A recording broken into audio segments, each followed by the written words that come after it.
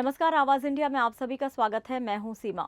महाराष्ट्र के देवेंद्र फडणवीस सरकार ने सरकारी स्कूलों में दोपहर के समय भोजन यानी कि मिड डे मील के लिए अंडे और चीनी के लिए मिलने वाली धनराशि को बंद करने की घोषणा कर दी है। स्कूलों में छात्रों को अंडा और चीनी देने की पहल छात्रों में प्रोटीन की कमी को दूर करने के लिए साल 2023 के नवंबर महीने से शुरू की गई थी, जिसे मंगलवार 28 जनवरी को बंद करने का ऐलान कर दिया गया है। सरकार के इस फैसले के खिलाफ विपक्ष आक्रामक होता दिख रहा है। इसी पहल में एनसीपी नेता शरद पवार ने जितेंद्र अहवाड ठाणे जिला कलेक्टर के मुख्यालय में अंडा लेकर पहुंच गए। देखिए ये विशेष रिपोर्ट। महाराष्ट्र के सरकारी स्कूलों को खुद ही चंदा इकट्ठा करके अंडा और चीनी का इंतजाम करना पड़ सकता है। यकीन नहीं हो रहा होगा, लेकिन ये सच है। महाराष्ट्र की महायुति सरकार ने मुंबई सहित राज्य भर के स्कूलों को सरकारी स्कूलों में दोपहर के समय बच्चों को मिलने वाले खाने में मिलने वाले अंडे पर पाबंदी लगा दी है। जानकारी के लिए बता दें कि महाराष्ट्र सरकार ने प्रत्येक अंडे के लिए प्रति छात्र 5 रुपए का अतिरिक्त बजट आवंटित किया था, जिसे बंद करने की घोषणा के साथ ही राज्य सरकार ने ये भी कहा है कि जो स्कूल प्रबंधन समितियां अपने छात्रों को अंडे उपलब्ध कराने पर जोर दे रही हैं, उन्हें सार्वजनिक योगदान के माध्यम से इस सुविधा के लिए धन की व्यवस्था करनी होगी। बता दें कि छात्रों को सप्ताह में एक बार बुधवार या शुक्रवार को उबले अंडे, अंडे का पुलाव या फिर अंडा बिरयानी परोसी जाती थी। महायुति सरकार में इस फैसले पर विपक्ष हमलावर होता दिख रहा है। एनसीपी नेता शरद पवार और उनके समर्थक मुंबई से सटे ठाणे जिले के कलेक्टर हेडक्वार्टर में ढेर सारे अंडे लेकर पहुंचे और जवाब जानना चाहा कि आखिरकार सरकार सरकारी स्कूलों में पढ़ने वाले बच्चों में के साथ ये अन्याय क्यों कर रही है। इस दौरान जितेंद्र अहवाड ने कलेक्टर को इस बाबत निवेदन के साथ साथ पौष्टिक आहार की चीजें भी दी। एनसीपी नेता जितेंद्र अहवाड ने इस मामले में पूछा कि कहीं सरकार के फैसले के पीछे किसी तरह का मनुवाद तो नहीं छिपा है। मेरा ऐसा कहना है कि गरीब बच्चों को 24 लाख बच्चों को अंडे दिया करते थे महाराष्ट्र सरकार की तरफ से। वो योजना खत्म करने का काम ये सरकार करने जा रही है। गरीबों के बच्चों में प्रोटीन कम होता है, उनके खाना उतना प्रोटीन से भरा हुआ नहीं होता है, तो उनके प्रकृति पे उसका असर होता है। तो सरकार ने कई रिपोर्ट्स आने के बाद उनके खाने में अंडे का इस्तेमाल शुरू कर दिया था। अब अंडे बंद कर रहे हो, तो मैं चाहता हूँ अंडे बंद कर रहे हो तो प्रोटीन, हॉर्लिक्स, बोर्नवीटा पिलाइए और गर्म दूध भी दीजिए। अब बात ऐसी है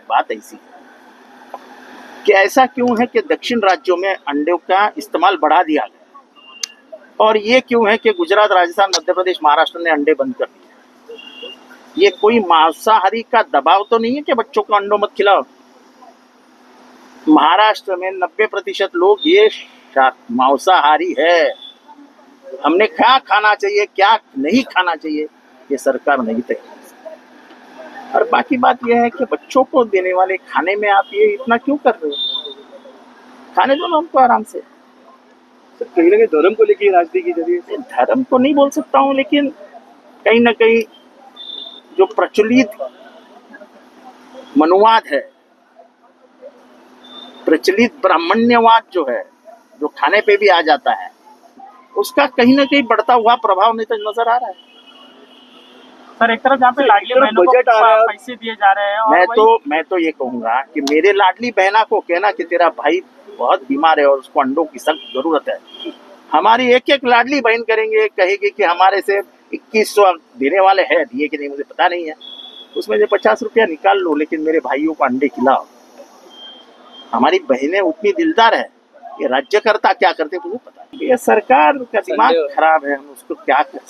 एनसीपी की तमाम महिला कार्यकर्ता भी जिला कलेक्टर के दफ्तर में अंडे लेकर पहुंची थी। उनकी मांग है कि वर्तमान सरकार ने राज्य की लाडली बहनों को चुनाव के दौरान लालच देकर वोट हासिल किए और अब उन्हीं लाडली बहनों के बच्चों के स्वास्थ्य के साथ ये सरकार खिलवाड़ कर रही है। महिलाओं ने मांग की है कि खाने में अंडे देने की वापस से शुरुआत कर दी जाए।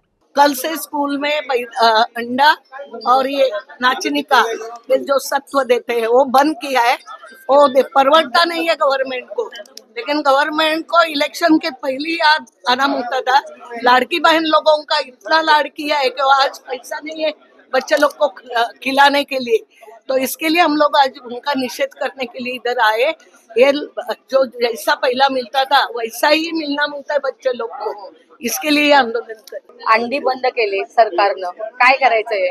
लहान मुलं रोज शाळेत नेतात, मम्मी आज अंडी दिली नाहीये असं बोलतात घरी, मग काय करायचं? सरकारला आम्हाला सांगायला पाहिजे ना, ते अंड्याचं सत्व दिलं पाहिजे, मुलांना नाचणीचं, हा पौष्टिक आहार आहे, पौष्टिक आहारासाठी काही करून हे करून त्यांना बोललं पाहिजे ना.